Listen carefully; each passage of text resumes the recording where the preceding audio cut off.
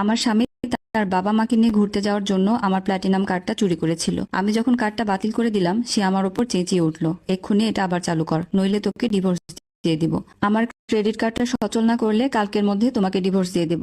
Airport থেকে ফোনে চিৎকার করে কথাগুলো বলছিল মাহিন। ও জানতো না ও যখন হুমকি দিচ্ছে আমি ততক্ষণে এমন এক সিদ্ধান্ত নিয়ে ফেলেছি যা ওর পুরো পরিবারকে পথের ফকির বানিয়ে দেবে। শুনতে পাচ্ছ রেবেকা? ও ওপাশ থেকে গর্জে উঠল, আম্মা এখানে দাঁড়িয়ে, আব্বা অসুস্থ বোধ করছেন, ছোট বোন জুই কাঁদছে, আর তুমি আমাদের চোরের মতো এভাবে এয়ারপোর্টে আটকে রাখলে। ফোনের ওপাশ থেকে ও আমার মুখ দেখতে পাচ্ছে না, কিন্তু আমার ঠোঁটে তখন এক চিলতে হাসি। আমি তোমাদেরকে আটকে রাখিনি মাহিন, আমার অনুমতি ছাড়া যে কার্ড ব্যবহার করা হয়েছিল আমি শুধু সেটা ব্লক করেছি। ও পাশে কয়েক সেকেন্ডের নিস্তব্ধতা, তারপরে ভেসে এলো আমার শাশুড়ি পারভিন বেগমের সেই চেনা কর্কশ কণ্ঠ, যিনি সবসময় সব বিষয়ে নাক গলাতে ওস্তাদ। ন্যাকামি করো না রেবেকা, উনি চিৎকার করে উঠলেন, তুমি আমার ছেলের বউ, মাহিনের যা আছে তা তোমার, আর তোমার যা আছে তা মাহিনের। একটা ভদ্র ও অভিজাত পরিবার এভাবেই চলে। আমি একটা ঠান্ডা আর শুকনো হাসি হাসলাম।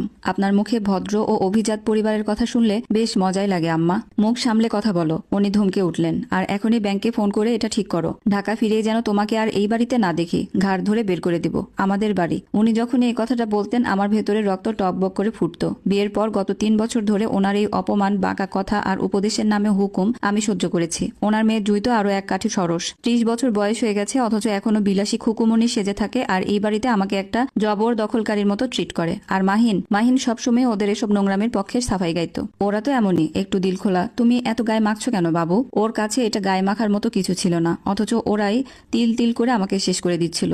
2 রাত আগে ইনভেস্টর আর লয়ারদের সাথে একটা বড় চ্যারিটি ডিনার শেষ করে বাসায় ফিরতে আমার বেশ রাত হয়েছিল। ক্লান্ত শরীরে হাই হিল জোড়া হাতে নিয়ে যখন ড্রয়িং রুমে ঢুকলাম, দেখি ডাইনিং টেবিলে মাহিনের অহংকারী হাতের লেখায় একটা চিরকুট পড়ে আছে। আমরা আব্বা আম্মা আর জুইকে নিয়ে 1 সপ্তাহের জন্য সাজেক যাচ্ছি, সব খরচ তোমার অ্যাকাউন্ট থেকে যাবে। ইদানিং তুমি আমাদের যে পরিমাণ মানসিক শান্তিতে রাখো তাতে আমাদের এই ট্যুরটা প্রাপ্য ছিল। প্রথমে ভেবেছিলাম এটা কোনো বাজে ঠাট্টা, কিন্তু যখন আমার অফিসের ভেতরের গোপন ড্রয়ারটা খুললাম, দেখলাম আমার প্রিমিয়াম প্লাটিনাম ক্রেডিট কার্ডটা উধাও। সাথে সাথে ব্যাংকের অ্যাপ চেক করলাম, 4টে ফার্স্ট ক্লাস টিকিট, বিলাসবহুল রিসোর্টের বুকিং, গাড়ি ভাড়া, কেনাকাটা থেকে শুরু করে রেস্টুরেন্টের বিল সব অলরেডি সোয়াইপ করা হয়ে গেছে। ন্যূনতম আত্মসম্মান বোধ আছে এমন কোনো পরিবার না জানিয়ে এত টাকা ওড়ানোর সাহস পায় না, কিন্তু আত্মসম্মান তো ওদের ডিকশনারিতে কোনোদিনই ছিল না। ওদের ছিল শুধু লোক দেখানো আভিজাত্য। আমি গভীর একটা শ্বাস নিলাম, কাঁদলাম না, চিৎকার করলাম না, কোনো জিনিসপত্র ভাঙলাম না। সরাসরি ব্যাংকে ফোন করে কার্ডটা চুরি গেছে বলে রিপোর্ট করলাম এবং সব ট্রানজেকশন ফ্রিজ করে তদন্তের অনুরোধ জানালাম। এরপর ফোন করলাম আমার আইনজীবী ব্যারিস্টার সুজানা আপাকে। আপা ঠিক যেমনটা ভেবেছিলাম ওরা সেটাই করেছে। আমি বললাম, এবার আমি শেষ দেখেই ছাড়বো, কারণ এই কার্ড চুরিটা কোনো শুরু ছিল না, এটা ছিল আমার শেষ পরীক্ষা। বছরের পর বছর ধরে মাহিন আমার সাফল্যের টাকায় রাজত্ব করেছে। বাইরেও নিজেকে গুলশানের এক বিখ্যাত ও অভিজাত ব্যবসায়ী পরিবারের সন্তান বলে পরিচয় দিত, কিন্তু আসল সত্যটা ছিল একদম উল্টো। কোটি টাকার ঋণ, বাজারে দেনা, একের পর এক ফ্লপ বিজনেস, আর পরিচিত মানুষদের কাছে ধারের জন্য হাত পাতা। আর ওদিকে আমি যখন রক্ত পানি করে আমার টেক কোম্পানিটা দাঁড় করাচ্ছিলাম, ও তখন আমার ক্লায়েন্টদের সাথে মিটিংয়ে বসে ক্লাসে চুমুক দিত আর ক্রেডিট নিত এমন সব অর্জনের যার পেছনে ওর বিন্দুমাত্র অবদান ছিল না। এমনকি যে বাড়ি থেকে আমার শাশুড়ি আমাকে বের করে দেওয়ার হুমকি দিচ্ছেন সেটাও ওদের না।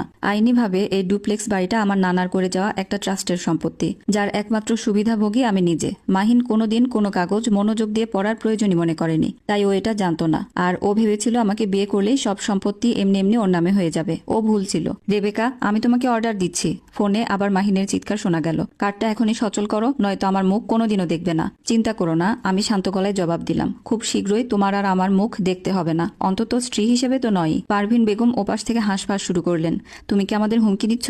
না আম্মা, শুধু জানিয়ে রাখলাম যে নাটকটার এখানেই সমাপ্তি। কথাটা বলে আমি ফোনটা কেটে দিলাম। পরের কয়েক ঘন্টায় জুই আমাকে অন্তত 20টা মেসেজ পাঠালো। ছোট লোকের মেয়ে, টাকা পয়সার অহংকার, ফকিরের জাত, ভাইয়ের উচিত ছিল তোকে অনেক আগেই ডিভোর্স দেওয়া। আমি একটা মেসেজেরও উত্তর দিলাম না, শুধু স্ক্রিনশট নিয়ে সুজানা আপাকে ফরওয়ার্ড করে দিলাম।